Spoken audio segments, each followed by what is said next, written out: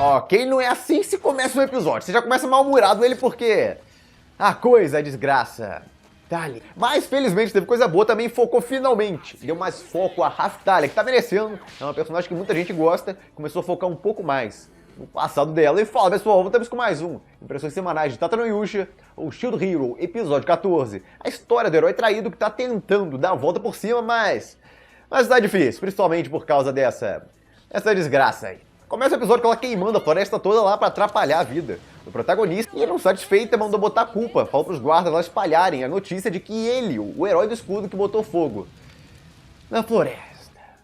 Tem alguma pessoa que não quer ela morta ou algo parecido? Torturada, pelo menos? Quer dizer, torturada é melhor, na verdade. Ficar torturada por resto da vida numa prisão seria bom. Ok, ficar resmungando sobre ela o vídeo inteiro não vai ser muito produtivo. Então vamos lá pra outra coisa. Raftalia. Finalmente começando a focar na Raftalia, essa é a parte positiva do episódio. Você começa ele de mau humor, mas depois melhora, porque finalmente vão focar um pouquinho no passado da personagem, desenvolver um pouco ela, pelo menos é isso que parece. Esse episódio vai continuar no próximo e ela tem que enfiar a espadinha na garganta dessa desgraça aí, quer dizer, não antes. Antes disso tem que voltar para um flashback de uns 10 minutos no próximo episódio, começo do próximo episódio seria legal, pra gente ter mais empatia e tal, e mais raiva do filho da mãe, porque dá mais satisfação se ela matar ele. Quer dizer, se matar, porque ela é boazinha e tudo mais, é capaz dela perdoar. Perdoar, não. Perdoar é sacanagem. Não, faz isso não. Tem que ter um pouquinho de coisa dark, não é possível nesse negócio. Então, mata o desgraça. Quer dizer, não mata não. Tortura primeiro e depois mata. Vai ficar melhor. Só que a Raftalia fazer isso é meio improvável. Ela é muito boazinha e tudo mais. Mas de qualquer forma, antes que eu me esqueça, se gostarem do vídeo, likes são muito bem-vindos, ajudam pra caramba. E quem não é inscrito no canal ainda se inscreva, para não perder nenhuma análise semanal de Tata no Yusha. E quem puder, apoie o canal, vire membro, você ganha vídeos extras, lives exclusivas e todos os vídeos do canal adiantados. Além, claro, de estar apoiando o meu trabalho, que eu agradeço bastante. E, inclusive, a live desse final de semana vai ser primeiras impressões da temporada, nova temporada de animes. Eu vou comentar tudo que eu assisti lá. Eu assisti praticamente tudo que saiu essa temporada. E também para quem vinha pedindo, eu finalmente comecei a usar o meu Instagram lá, tô pedindo já os stories e tudo mais, calma, eu tô aprendendo a usar ainda, eu vou começar a usar os stories, mas por enquanto eu tô me entendendo ainda, com o feed normal, mas tá aí o endereço, pra quem quiser acessar lá. E Facebook, bom, eu não ligo muito pro Facebook, eu uso o Twitter, basicamente só fico no Twitter lá, é de longe a minha rede social favorita, mas de qualquer forma tá aí, pedido atendido, eu comecei a usar o meu Instagram. E bom, voltando pra Tata no Yusha, a Raftalia é o principal foco desse episódio, tem aquele cara lá, aquele cara que ajuda eles, o protagonista, mas ele mal aparece e ele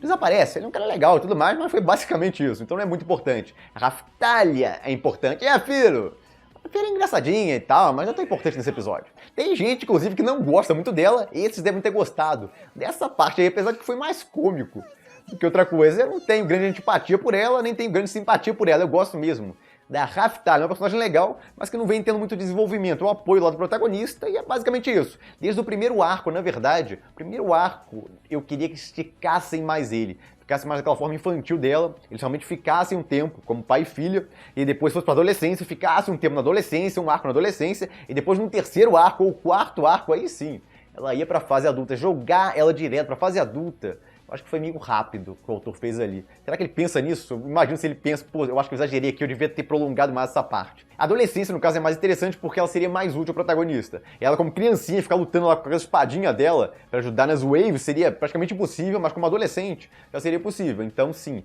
eu acho que deviam ter aproveitado mais aquela fase lá, não ter jogado ela direto pra fase adulta. E ainda tem gente que se perde com aquele negócio lá, ela tem mentalidade de adulta, ela é toda séria e tudo mais, eu acho que é meio óbvio notar isso, que a personalidade dela não é de uma adolescente, ela é meio inocente, com certeza, e romance algumas coisas, que ela envelheceu rápido demais, mas tem a maturidade de um adulto, por assim dizer, se comporta como um adulto. A criancinha lá é a Firo, ela tem realmente mentalidade. Porque criancinha, isso é meio óbvio, eu já fiz um vídeo, inclusive, comentando sobre isso, porque muita gente confundia, achava que ela virou um adulto e ainda tinha mente de criança. O que, obviamente, não é o que aconteceu, dá pra notar só de assistir o negócio. Mas, de qualquer forma, esse episódio, focou no passado da Raftalia, tinha comentado anteriormente lá, aquele mercador de escravos, comentou que ela era um escravo, foi torturada e tudo mais, mas foi basicamente isso, não mostrou o passado dela. Na verdade, eu queria que mostrasse um flashback certinho, eu acho que não vão fazer, a não ser que mude em comparação ao original. No original, realmente soltam umas partes soltas, mas não tem um capítulo inteiro focando, contando passo a passo o passado dela. Pô, Marcos, é um negócio horrível e tal. Sim, mas os episódios pesados às vezes são bons pra criar mais empatia e tudo mais, dar mais emoção e dar mais raiva também. Daquele cara lá, aquele cara do final. Tudo bem que ele já dá raiva por si só, ele tava maltratando a Mel e tudo mais, queria torturar ela. Na verdade, aquilo ali nem faz sentido, porque se a rainha é tão poderosa assim, se o cara fizesse alguma coisa com ela, nossa, iam acabar com ele. Só que tem aquela seita ali da igreja, ele achou que a seita da igreja ia proteger ele do rei e da rainha. O rei mesmo adora a filha dele, então aquilo lá, o cara foi muito burro. Ficou difícil entender ali se o cara é burro pra valer mesmo ou não. O autor que pegou pesado ali porque queria fazer você odiar aquele cara, ele tá fazendo uma burrice até pra você odiar ele. Ficou um tanto confuso. Ele ia ameaçar a Mel. Eu não sei se ele ia fazer alguma coisa, era só uma ameaça vazia, então ele não ia machucar ela. Porque se machucasse, nossa, o rei ia ter um treco, ia mandar matar, arrebentar aquela cidade inteira. De qualquer forma, ele torturou a Raftalia, a amiga dela na infância, e a Raftalia tem um baita ressentimento dele, aparentemente. Aquela amiga dela morreu no processo, e ela sobreviveu, mas ficou acabada lá. Tanto que mostra, quando ela aparece, ela tá toda doente e tudo mais, quando o protagonista compra ela. Inclusive, alguns devem lembrar do episódio 2, que a Raftalia não sorria, ela era toda mais pra baixo e tudo mais, e quando ela sorria pra alguma coisa, ela botava a mão na boca, pedia desculpa, algo parecido, ficava toda com medo lá, e também quando ela ia comer, ela ficava parada, não comia, pedia permissão e tudo mais, o protagonista mandava ela comer, ela ficava meio, pô, será que eu como ou não? Era porque cada vez que ela expressava emoção, esse cara torturava ela, o antigo dono dela, no caso. Eu não sei porque cortaram isso, mas alguns apostaram naquela época, ficaram reclamando e tal, pô, Marco, mas deixaram pra outra parte, vamos botar nessa parte aí.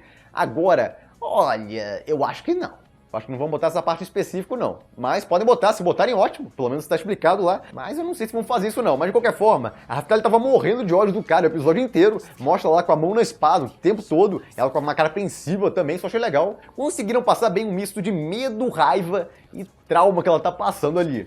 E bom, a Melty, no fim das contas, foi capturada e eles vão lá ajudar ela a pegá-la de volta. E agora decidiram que vão para aquele lugar também da rainha. E tem lá a invasão, mas em termos de animação não teve nada demais. Tem muito para destacar. Esse episódio foi meio quase estático, aí usaram muito quase estático. É um daqueles episódios mais econômicos. Eu espero que estejam guardando pro próximo, que com certeza vai ser bem mais climático do que esse. Tem a resolução lá do conflito da Raftalia com aquele cara, que eu espero que acabe de forma...